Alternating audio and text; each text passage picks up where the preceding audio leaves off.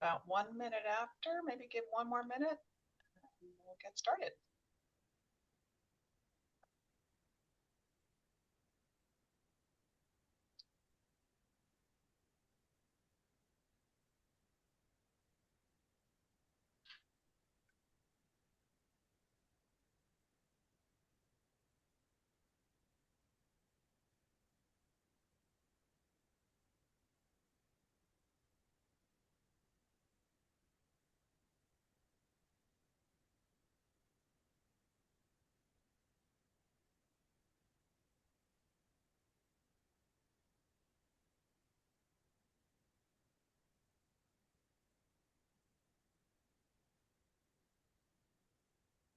All right, we're going to get started. Good afternoon, everybody. Thank you so much for joining us for our, what we hope will be our annual year-end brown bag lunch.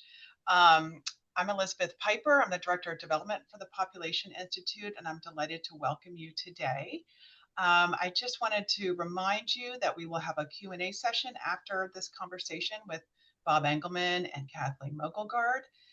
If you just want to write your questions in the Q&A function in the button below, just like chat, but we're using a Q&A function today, we would really appreciate it. And then we hope to get to all your questions after the conversation. Thank you so much for joining us. And without further ado, I'm just going to hand it off to Kathleen.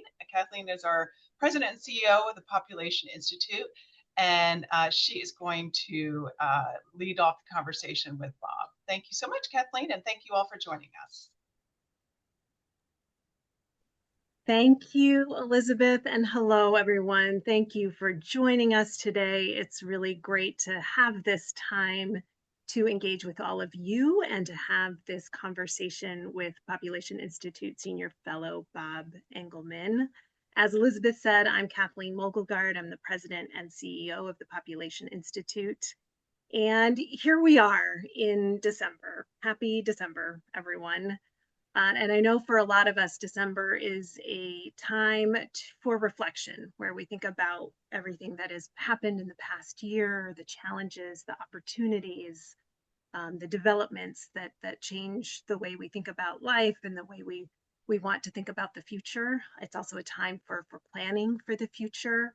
And we thought this December would be a really good opportunity to do that kind of reflection about the work of the Population Institute and our mission around universal access for sexual and reproductive health and rights for everyone, everywhere. And I think that it's not a surprise to any of us on this call that 2025 has been a very challenging year in many ways for the issues that are core to our mission. We are taking the time at the Population Institute to reflect on those challenges, to roll up our sleeves, to think about what that means for our work going forward, what the strategic opportunities are, what the barriers are, how we can shape our work to enable us to get closer to the vision that we have for a more just and sustainable future. And I'm happy to be taking the time today to have this kind of big picture reflection on where we are now and where we can go for the future, for some of the global trends that really shape our experience on this planet. And I can think of no one with whom I would rather have a conversation, this kind of big picture reflective conversation, other than Bob Engelman, our senior fellow, who's been with the Population Institute for several years. I think a lot of us on this call know Bob Engelman, and he probably needs no introduction. But for those of you who don't know Bob, just a few words about his background. He started his career as a reporter with the Kansas City Times and spent many years as a journalist traveling around the world reporting on a wide range of issues.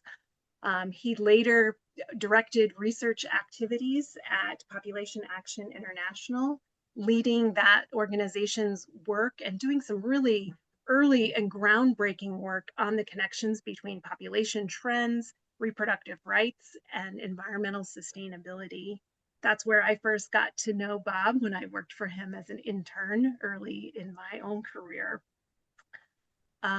Later, Bob published a book that I think many of you are maybe familiar with. If you haven't checked out more, It is a terrific read, a wide-ranging historic look at the kinds of connections that shape our world, especially around population trends and the environment and women's lives, and how that shapes the way that we can move into the future toward greater sustainability and more justice and equity. So it's a terrific read. If you haven't picked that up, I would highly recommend it. Later, Bob went on to lead the World Watch Institute. And we have been, as I said, very fortunate to have Bob as a senior fellow at the Population Institute for the last several years. He helps to guide our strategic thinking, our direction. He really helps us think about ways that we can more effectively communicate with our target audiences. And we're just so fortunate to have you, Bob, as part of our team at the Population Institute. And I am excited to kick off this conversation with you today. The way we're going to structure this is I have several questions that I would like to pose to Bob for us to have conversation for the next 20 minutes or so. And then we'd like to open the floor to all of you to hear some of your reflections and questions. As Elizabeth mentioned, if you could type your questions into the Q&A function, and we hope we'll have time to get through as many of those as we can before we wrap up this conversation at about 12:45 or so. So without further ado, my first question for you, Bob, is about the state of support for family planning and reproductive health globally. As we have talked about, this has been a really challenging year for family planning and reproductive health and rights. We've seen rollback of these rights here in the United States, many restrictions, cuts in funding. Of course, we have seen the dissolution of the U.S. Agency for International Development and a significant retreat in U.S. leadership when it comes to investing in the health and rights of people, particularly around their reproductive health and rights globally. This is something that is, of course, very central to the work that we do at the Population Institute, and we were interested to see how this is playing out when we traveled to Bogotá, Colombia for the International Conference on Family Planning in November. Our experience there was a mixed one. I mean, I think for those of us who were at the International Conference on Family Planning, it was an inspirational gathering of more than 3,000 advocates, practitioners, policymakers from all over the world who are devoted to issues of advancing reproductive health and family planning access for people everywhere. Of course, much of the conversation at the conference revolved around significant cuts to support globally for family planning and reproductive health. Of course, the US cuts to family planning were top of mind for many of us there at the conference. The US has been such a significant, the leading contributor, donor country for family planning and reproductive health around the world, and the cuts to those funds have had devastating consequences. At the same time, at the conference, we were able to tap into the energy of many of the practitioners and advocates who are really seeing opportunities to find ways to fill those gaps, to think of strategies for greater mobilization of domestic resources around the world, to encourage governments to invest more, to find creative ways and innovative pathways to meet people's needs for family planning and reproductive health. So I left the conference feeling deeply concerned, of course, but also inspired by the creativity and innovation and dedication of practitioners and advocates around the world to fill these gaps in this moment of deep need. I wondered if you could reflect a little bit on what you are sensing about the state of support for family planning and reproductive health globally, and in particular, as someone who has had a front row to advocating for US government leadership, US leadership in reproductive health and family planning globally, what you're observing in this moment and how you are feeling about the prospects moving forward when it comes to global family planning and reproductive health. Sure. Thank you, Kathleen. And it's always a pleasure to talk to you about these topics. We always have An interesting discussion when we get in this conversation, and I just want to thank Population Institute not only for just in inviting me into your family of the Population Institute for a number of years now, but also for this opportunity to launch this series of brown bags with senior fellows. And I'm delighted to see that a number of people who signed up for to participate in this webinar are people that sadly I've been out of touch with for a few years, but are old friends and colleagues of mine over the many decades that I've worked on this, and a number of people participating have worked for a number of decades. And so it's great to see this kind of gathering that the Population Institute has pulled together. So thank you for that. And on the topic of what you've talked about, I would echo much of what you've just said. Although I wasn't at Bogotá, I have been working on, actually, particularly recently, working on a paper with Joe Spidell, who's participating right now in the webinar and listening to us on what has happened to U.S. support and how that affects the impact of that. And I think in keeping with the time of year, we have to say it has been a very dark time. I'm not sure that we have sufficiently even grieved for what has happened since the new presidential administration began in January. I think it was worse than really any of us expected. We all expected cutbacks and a coldness to U.S. support for family planning assistance. But I'm not sure that very many of us anticipated the complete destruction of the U.S. Agency for International Development and all the work that it had done over 58 years of, it was founded before that. It actually went back to an act of Congress in 1961, but by 1967, it was already beginning to provide support for contraceptive availability and reproductive health care around the world. So it's really 58 years, almost 6 decades of putting the U.S. in a position of being the largest bilateral donor for reproductive health care assistance and family planning assistance around the world. And in that time, and it wasn't just a matter of the money that we spent, it was the accumulation of human resources and human technical ability and intelligence and wisdom on the whole business, the whole operation of providing reproductive health care in low and middle income countries around the world. That there's really nothing like it in any other country that it was accomplished like this. In that time, human fertility, or the size of the human family, contracted in half. And not through any kind of coercion at all, really, when you look at the long history of it, but because people wanted to be able to plan their families. And the rate of population growth shrunk by more than half. It went from 2% in 1967 a year to less than 1% today. And so much of that had to do with not just USAID's actual monetary contribution, but the leadership that the US showed and the expertise that the US developed. So it isn't just a matter of this administration ending the agency, but literally just sending all those people home, all the people that were working on this to other places. So I think it's appropriate to say that it has been not just a challenging time, as you pointed out, but a very dark time in that sense. I almost can't find words to express it. That said, there are flickers of light amid the darkness, and I think it's important that we also look at some of the flickers of light that we can try to encourage and grow and perhaps blow on to see the flames go a little bit brighter.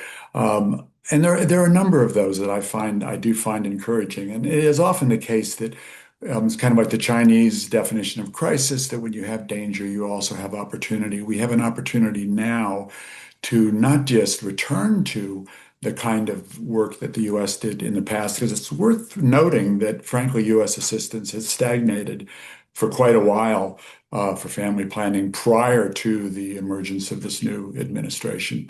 We need to not just get back to where we were, but it's really an opportunity to think in terms of an emergent new dimension of assistance and cooperation in family planning and reproductive health that takes advantage of all that we've learned over the 6 decades that USAID was involved in the process, and all the activity that is happening in other countries, particularly in low and middle income countries themselves, and in the private sector with private donors and with NGOs around the world.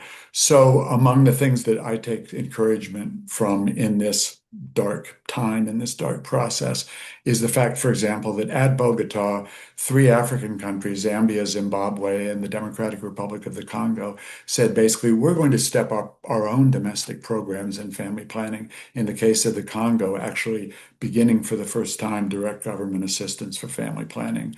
And it seems to be pretty much a direct response to the stagnation that had been happening before the new administration and what the new administration was doing. The fact that there's a philanthropic initiative, Melinda Gates and her two daughters are beginning an initiative on global health that will certainly include help with reproductive health care and family planning. And I was just sort of exploring the organization, a little bit on the organization that is dedicated to family planning at Family Planning 2030, and noting that there are 150 NGOs that have made commitments to help that organization advance family planning. That I'm sure hasn't just happened as a result of what's going on in the United States, but that's 150 organizations, I think most of them, based on my quick skim, based in developing or middle and low income countries themselves, beginning to move in this direction. So it's really, we have to think about this time will end at some point. It only makes sense that governments will return to this important work at some point. And it's not just the US government that we're worried about, but the UK, Canada, and the Netherlands are also cutting back in this area. So there's really a danger that US leadership is almost giving permission to other governments to cut back. So we have to privately step up our own contributions and our own work in this area. And it's a tremendous opportunity for Population Institute itself to join with the many partners that we can join with, and they're all over the world, to advance this work and to pool our resources, pool our expertise to make sure that the work continues to move forward, perhaps in whole new ways it's never done before. Great. Thank you for that, Bob. And I do think that I really appreciate you taking the time to outline some of those flickers of hope, as you say. And that's something that we really picked up on too when we were at the International Conference on Family Planning, just the many ways that advocates, activists, philanthropists are working very hard to try to fill this big gap that has been left behind, that has been left in the wake of the US withdrawal of support, as well as some of the other major donors that you mentioned.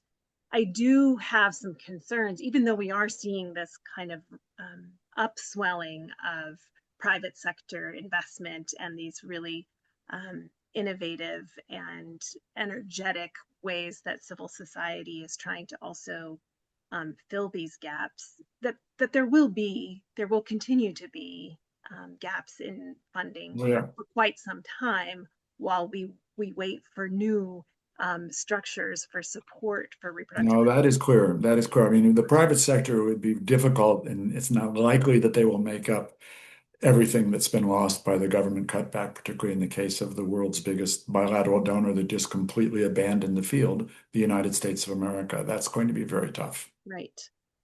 And one of the things too, and this leads into the next question that I have for you, is that in some ways the urgency of meeting people's unmet needs for family planning and reproductive health, the sense of urgency and the size of that need, in some ways we see as being undercut by this emergence of a narrative around population decline. We are seeing from many quarters, the mainstream media, thought leaders, billionaire tech folks who are ringing alarm bells about population decline.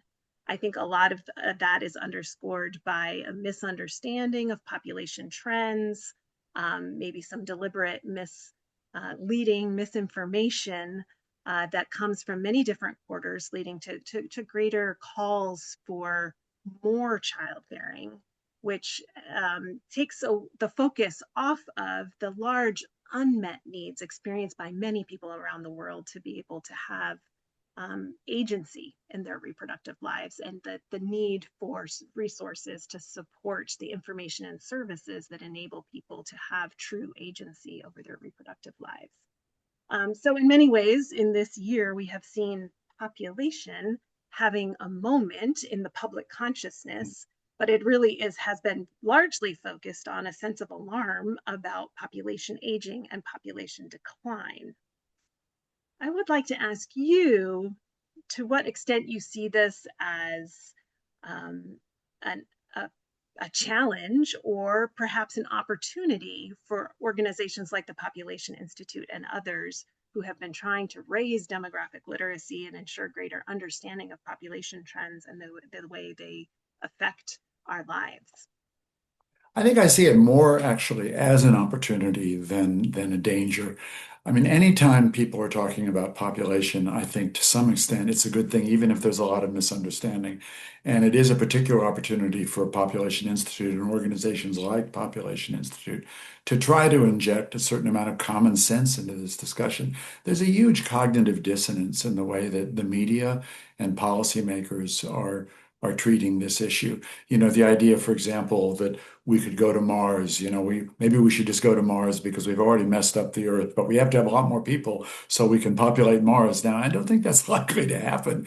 Especially when people are really aware, and I think there is a general awareness of this, but it just hasn't been integrated into the thinking that what is happening is that people, particularly women, but women and their partners, are gaining access to more capacity to effectuate their choices about not just the size of their families, but the timing of whether or when they will become pregnant, because it has so much to do not just with your sort of overall image of the kind of family size you would eventually like to have, as it does with when is it appropriate to be pregnant and when does it not work in your life to be pregnant, when you don't have the right partner, when you don't have the right economic security, when you don't have the right peace security, literally the situation that happens in many countries today where there's so much conflict that I don't doubt, frankly, that many women and couples would feel like this is not quite the right time to have a child. Let's wait until there's more peace. And yet childbearing continues in part for lack of access to family planning. So one of the things that we really need to do is start to work more with journalists to help them understand simple things. For example, like replacement fertility does not mean you suddenly have a stable population. There's an incredible myth about that, and it's not true at all. It just sort of sets the stage for some future population stabilization down the road if that continues for a long time and absent net immigration. The idea that demographers really know what population is going to be like 50 or 60 years from now. Demographers are just like the rest of us. They put their pants on one leg at a time, so to speak, and they don't really know. They make their best projections, but they aren't even estimates. People always talk about population estimates for the future. You can't estimate a crowd that hasn't even shown up yet. You can just make projections based on certain um, assumptions. And one of the disconnects is that people really aren't thinking about the environmental dangers that we face in the future. And I think there's a number of reasons for this. It's really not easy and very uncomfortable to talk about the possibility that, for example, death rates could have an impact on population size in the future. We hope they don't. But given how little progress we're making on climate change, water scarcity, biodiversity loss, pandemic preparation, we can now add that to the list of problems we face for the future in a big way. We don't really know how life expectancy is going to change in the future. There could be surprises there. But the main thing is what's happening in the population right now is the best sort of slowdown of population growth, not so much through mortality increases, which aren't particularly evident in spite of the problems that climate change is having right now, and not so much because of involuntary infecundity, that is, people not being able to have the children they want to have for physical, biological, medical reasons, but because, and although that does play some role, and that's something that those of us who care about reproductive health want to work on as well to prevent that from being a problem. That shouldn't be among the reasons that population decline could occur in the future. The reason should only be voluntary, intentional childbearing, having the children that you, when you want to have children and not when you don't. And that's something that I think we can celebrate rather than fret about because there's so many benefits to it. And I think somehow we have to do a better job of trying to integrate or get the media and policymakers to integrate the benefits of slowdowns in population growth and smaller families along with the challenges that may emerge. And there may be some. I think that a friend of mine has characterized the problems of aging and potential population decline as bumps in the road compared to the existential dangers that go with the fact that we are not attending to what is happening environmentally to our one and only planet. We are not attending to the positive impact that slowing population growth and eventually ending population growth will have in helping us, not solving those problems by itself, obviously, but helping us, giving us more time, more capacity to do the other things that we're going to need to do to work on those problems. They're not likely to be solved in the next few years. They're going to be long-term issues that we're probably going to be dealing with for generations. Certainly, the problem of climate change is something that will be with us for the long-term future. And slowing population growth and eventually bringing it to an end, and even population reduction is among the many pieces that will be needed to be integrated into the work that we do to make the planet livable, because we're not going to move to Mars. If three or four of us do, maybe that'll happen. And some maybe that should be on Mars, but the population of the planet is not going anywhere but here on planet Earth, and so we need to be thinking in integrated ways of how we can all live together on this planet, and that means that we can celebrate the fact that population growth is slowing and that fertility is coming down. These are good things. Thank you for that, Bob. And I want to continue on this theme of some of the global environmental challenges that are present and growing with us today. You, for much of your career, have helped to shed light on how population trends, gender equity, and reproductive health and rights intersect in really critical but often overlooked ways with global environmental trends. And I would love for you to speak a little bit more about how you are seeing those intersections today. We talked a little bit about the climate Right. change issue, and certainly we are continuing to see 2025 has shown us in many ways about how how there's insufficient action to address the climate challenge. We are seeing greater attention in my estimation and what I'm observing. I think we are seeing more attention than we ever have before about how population trends, women's lives, gender equity, access to reproductive health care, how those do intersect with challenges related to climate change vulnerability, how it relates to things around biodiversity conservation, water resources. And I'm seeing that as an encouraging trend that we are seeing more attention at those intersections than we ever have before. At the International Conference on Family Planning, for the first time, there was a whole conference track that was devoted to how family planning and reproductive health connect with issues of environmental change. We also, at the COP30 climate change negotiations last month, saw more attention than ever to gender issues, to reproductive health as a climate issue. So that's been encouraging to us to see greater attention to these intersections. But as a thought leader who has worked at these intersections for decades, I would love to hear your thoughts and reflections on the level of awareness and attention to these intersections today, the extent to which we are seeing political leaders understanding what those intersections are and potentially taking greater action that addresses those intersections. Would love to hear your reflections sort of on the state of those issues, kind of how we are seeing population, gender equity, reproductive rights, and environmental sustainability coming together in policy and practice today. Sure.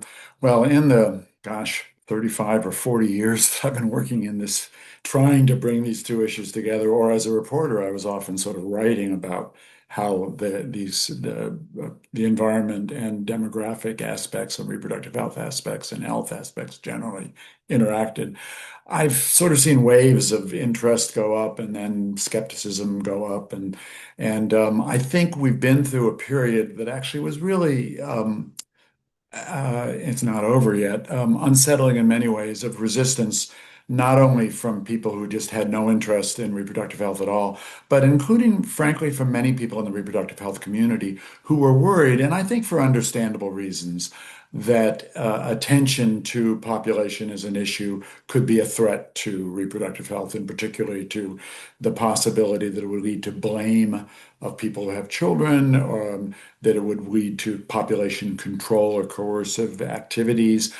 These are legitimate concerns and ones that we do need to remain vigilant about. But I think one of the unpleasant uh, results of it was that a lot of, for example, in the media, a lot of people who might, and I come from the media, a lot of reporters who might have wanted to integrate environmental concerns with reproductive health and what's happening to family size, fertility, and population were nervous about doing that because they perceived that even sort of on the function of those who were providing family planning, that that was a danger, that that was a concern. And it should be a concern. People who provide family planning, providers have no business really working in the population field. They shouldn't be telling people there's a population problem. That's why we want to provide these services to you. But those of us who are advocates and researchers have every reason to point out that it's kind of a triumph of ideology over common sense to say population is unrelated to sustainability. Obviously, the number of people on the planet who have needs, who have rights, who are going to be consuming, even though differential consumption is a huge issue and a fairness issue, one I've been involved with for quite some time. I helped found an organization that tried to diminish, while it existed, consumption in the United States to model better consumption practices in the United States. But obviously, population does matter. And I have some hope that there's beginning to be more of an awareness. What you reported about the track in Bogotá at the International Conference on Family Planning was encouraging. And I think there's more of an understanding simply because it is logical and it is common sense and it's very much in tune with the science. Scientists understand, and I've been studying along with colleagues here at Population Institute and at WorldWatch, the scientific evidence for population's connection to sustainability for some time. The awareness among scientists that the magnitude, the scale of the human numbers involved in the human activities that are affecting sustainability in the planet is very, very important and has very, very much to do with what's happening. And I think there's a limit to how long we can be in cognitive dissonance about that. And this is where it's a delicate issue for language and for strategy, and where Population Institute can play a really important role, in my view, which is to craft language that helps people understand that reproductive rights are at the foundation of this connection, that you go nowhere by denying gender rights, by denying the rights of LGBT people, by denying the rights of everyone to equal human dignity and equal access to opportunity. Those are the foundation of what we do in this area. And when we achieve what we need to achieve in those areas, what we find is wonderful results of girls and women having more autonomy in their lives, making decisions for themselves in their lives. And among those decisions, the evidence is completely abundant, is that they tend to wait longer to have children. They tend to have smaller families. They tend to do a better job in terms of being parents. This goes for men too, and there's good reason for boys and men to be very interested in this as well. It all fits together. There's a wholeness to it that we have seen, and research has very, very well demonstrated can occur. One of the interesting pieces of research that I discovered in doing the book that you mentioned years ago, and I'm, by the way, updating this book, by a little plug that there should be an updated version of this book, edition of this book out next year if things go well, was research that was done I think in the 90s, that looked at USAID's work from the 1960s through the 1980s, and it found out that the success in reducing fertility was much more a product of meeting long pent-up demand than it actually was in changing ideas about family size. In other words, it wasn't that somehow somebody convinced women you really don't want to have more kids, so many kids as you're having. It was that women all along and their partners had wanted to have smaller families but hadn't been able to, so that we were reducing unintended pregnancy. It's still a huge issue. About half of pregnancies worldwide in industrialized as well as in low and middle income countries is unintended, which is a huge impulse behind abortions around the world. Most unintended pregnancies end up in abortion, but quite a few, of course, end up contributing to world population. So all of these things, there's a wholeness and a synthesis to them that if we are mindful of their basis in reproductive health, reproductive rights, and the dignity of all human beings, we're in a better position for integrating these issues. And I think we're starting to see evidence that people are picking up on this. NPR just recently had a series about population decline, and at least one of their editions was about the importance of small families. I was happy to see and included people who were talking about the benefits of having smaller families for the environmental sustainability of all of us in the planet. Great. Thank you for that, Bob. I have one final question for you, but before I turn to that question, I just want to remind our folks who are tuning in that if you have questions for Bob or for us at the Population Institute, please type your questions into the Q&A. I can see we have a number stacking up already, but we'd love to hear your questions and thoughts. And Bob, my final question for you, I think you've touched on some of this already, but since we are in this time of the year where we are reflecting on the past, but also thinking about next year and the future more generally, what are the things in this realm of the work that we do at the Population Institute and the mission and vision that we have for a more just and sustainable future? What are the things that are giving you hope right now? Well, you've heard me speak in the past about the difference between little wiggles and big wiggles, so I guess I'll go to that. That you can look at short-term trends and you can look at long-term trends. And briefly, what's happening right now in the United States and the world is going to be changing. That's the way history works. These things don't tend to go on forever. There tend to be changes in the way these things work. And when you look at the long term, we have made amazing progress in the way we understand human relationships. I mean, imagine the changes that we have made in terms of racial equality, in understanding of gender equality, and understanding of the importance of gender choice and self-identification. None of these things could have happened even when I was a child. I mean, contraception was illegal until I was a teenager in some parts of the United States. I mean, it's breathtaking to think about. And this is not just happening in the United States, but all over the world. The change in values is so obvious, and the change in public awareness and public value for the dignity of all human beings and the rights of people to make decisions for their own lives, particularly in the area of reproduction, is so overwhelmingly strong that it just seems to me that the short-term cognitive dissonance, the hostility to family planning that we're seeing in the United States, it just can't last. I think in the long term, we can be confident that there will be greater understanding of this, as well as just simply the march of science. We know more all the time about what's happening to the world, what our own impact is on the world, and the information revolution that happened some time ago is not going to be totally shut down. We're learning more and more, and we can share more and more with each other, communicate more and more with each other. All these trends indicate to me that things will long term be getting better.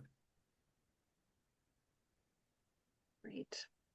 Thank you for sharing that. I always really appreciate your take based on your long career and the little wiggles and big wiggles that you have seen. It's really helpful to um, and reassuring to hear these thoughts from you about the many ways in which common sense will prevail, and the fact that we are living through times that are changing. I think there's a song about that. I'm going to turn now to some of the questions that we have in the chat, and please do continue to add questions to the Q&A rather that we can pose to Bob. A first question comes from Earl Batty. Thank you, Earl, for this question.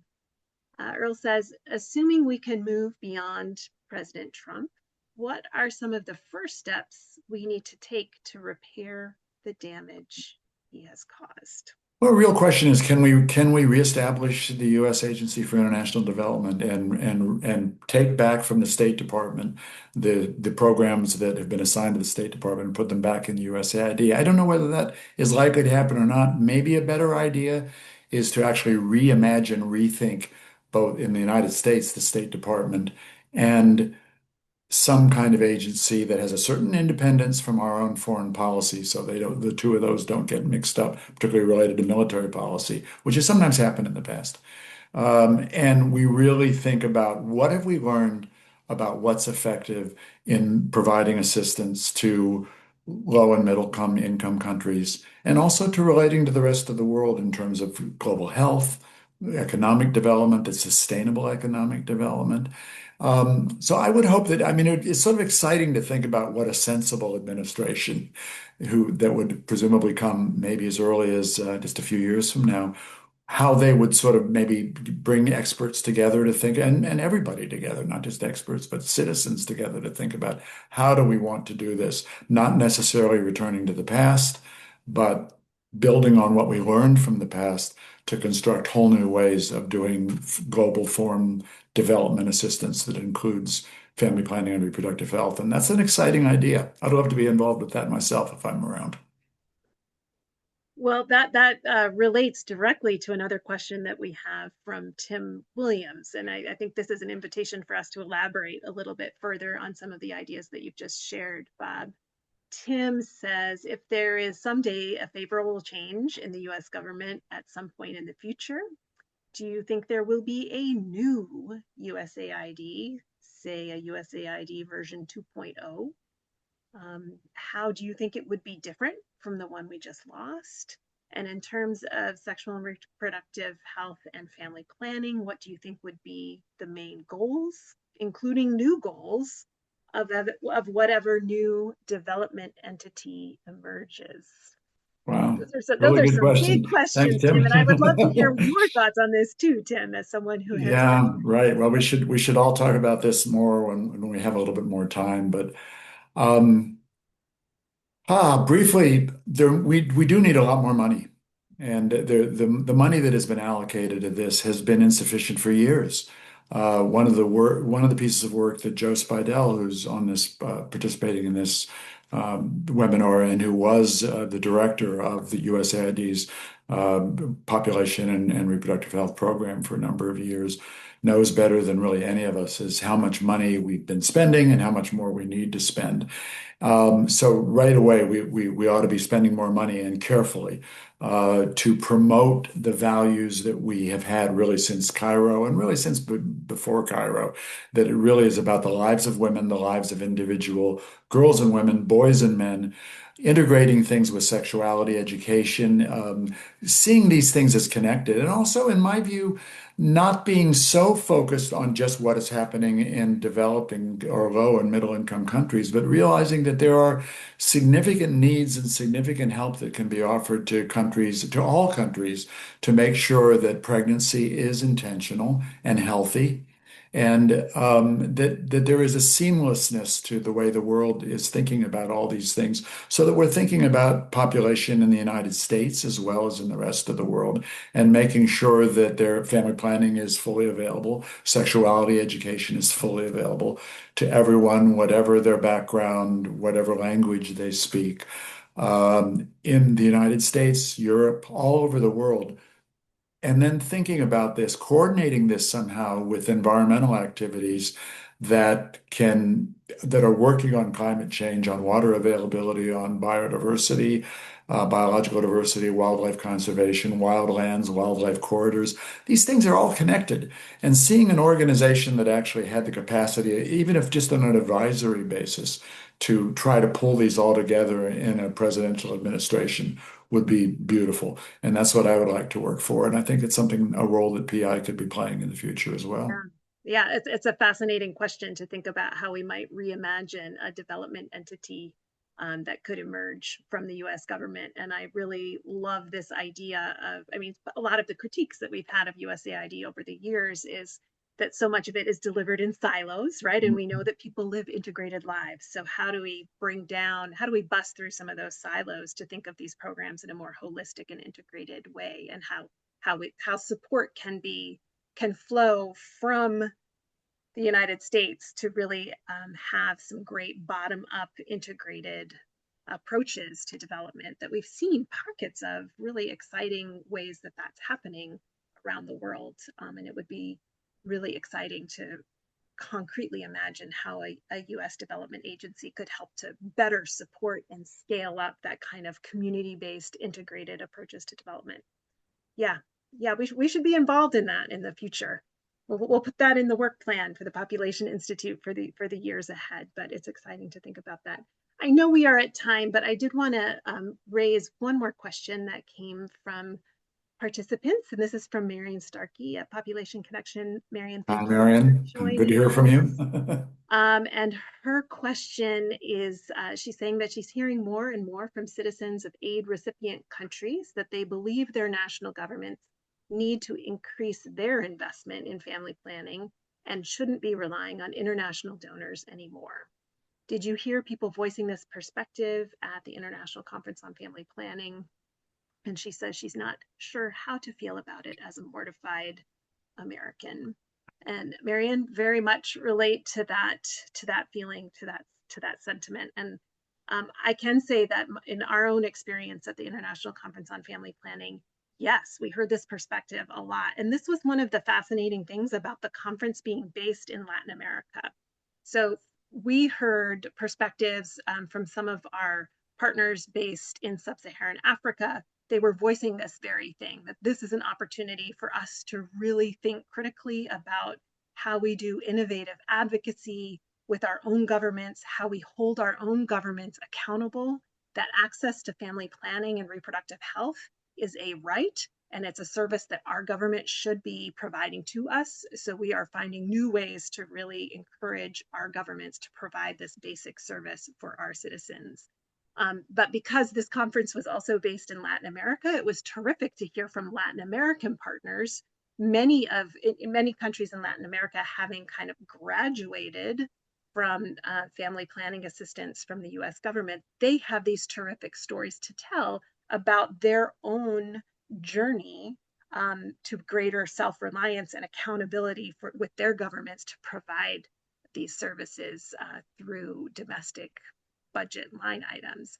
So I think there's a lot of opportunity for sharing and learning about how this kind of transition from a reliance on international donor aid for reproductive health and family planning can transition to more advocacy and accountability with governments to provide those services to their citizens. Of course, it's a long journey, and the pullback on donor aid all of a sudden makes this a very difficult time. But as we were talking about at the top with you, Bob, I think we need to be doing more to think about how we fill these gaps in this transition period that we are facing for the next several years. But Marion, thank you for that question. Bob, I don't know if you had further that you would like to add in response to No, Marion's. just that I mentioned the three African countries that have already moved in this direction. It's been particularly an African movement for quite some time that I think could go too far, sort of saying no more assistance from foreign governments. We have to do it all ourselves.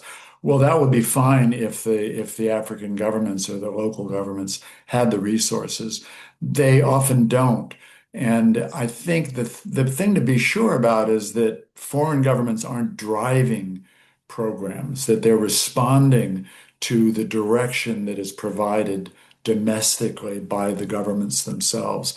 But that if governments themselves are asking for either technical expertise or funding help and contributions, that is important that we stand ready to offer that, because I think all the evidence is that the resources that are needed for work in the poorest countries of the world can't just come from those countries. It would just be too much for those countries to provide. And it's something that we ought to be working on together. We should offer what we can, but we should not be directing what happens in individual countries. And we need to be careful not to be seen as sort of big feet that are sort of stepping on people's desires locally, but just being there to simply say, we're here to help if you need our help. And we would love to be partners with you, but you're the ones who take the lead in what exactly we do and how we do it. Great. Thank you, Bob, and thank you all for your questions. One more question, late breaking question from Richard Grossman. Richard, thank you for joining us today, and thank you for this question. And I think it's a terrific one to close on. His question is, how do we get more young people involved in population issues? Thank you, Richard, and good to hear from you. And that's actually an area that I'm kind of excited in, that not that it will happen on its own, but I think something very interesting is going on with young people, which is that they are more aware than a lot of their elders about how long they're going to be living in a very changed world. The world is going to be changed. Climate change is going to proceed. We're not going to suddenly stop it. And I think young people are more aware of that than, frankly, many of the rest of us. But I think there's a readiness and a willingness to see these things as connected. The acceptance in the younger generation of transgender issues and people who are choosing to self-identify the way they want to self-identify. I've been amazed what a revolution has happened in that area. As the father of a daughter who is now getting almost to be middle-aged herself. But I think that what we just need to do is seek out the leadership of young people for our boards, for our staff. And I think PI is doing a good job of that already. I'm probably about one of the very oldest people associated with the Population Institute right now. But just to make sure that we are welcoming them and saying, how do you feel? What are your interests in it? The mood of young people about this issue is one of the most hopeful of these issues, these connections, is to me one of the most hopeful things. I don't hear too many young people saying, gosh, it's really scary that so few of us want to have children or want to have big families. That's a horrible thing. I hear them saying, please, drop back. Let me make these decisions for myself. Thank you very much. And that's a tremendously important thing. We need to encourage them to vote, and we need to encourage them to be active in organizations like Population Institute, and in fact, to run for office. We're seeing more and more young people running for office, and that's a really exciting thing to see. So I'm hopeful on that. But you're right, Richard. We need to be working on that ourselves to make sure that we encourage that trend to continue growing, and I think it will. And on that note, too, it is an area at the Population Institute that we are very dedicated to and that we are growing in 2026. We're expanding our internship program. And we also have a Young Scholars Fellowship program that is named after our former late president, Robert Walker. We have a Walker Fellowship program that really encourages early career researchers who are interested in intersections and how population trends relate to global issues. We really want to try to provide platforms for young people to get excited, to get energized, to bring their ideas to this work. So with that, I'm going to transition us over to our closing slide, which has a QR code and our website for donations for anyone who may feel inspired by this conversation today to continue to support the Population Institute's work. We would be incredibly grateful for your support. I know many of the folks on this call today are our supporters, and we are so grateful for the longstanding generous support that comes from our funders. We are hoping to continue to grow and really roll up our sleeves on these issues in 2026 and beyond. And Bob, I know you said you are one of the older folks involved in the Population Institute family, but we are incredibly grateful for the wisdom and the big picture view that comes from your long career working in these spaces and the ways that you have helped to mentor us and to shape our work and to guide it strategically going forward. And I would say too that you are a shining example of bringing young people into this field, energizing them and inspiring them for Thank you. careers that really are at these intersections. So thank you to you as someone from an older generation that is helping this work to continue to grow and to innovate. So thank you for that.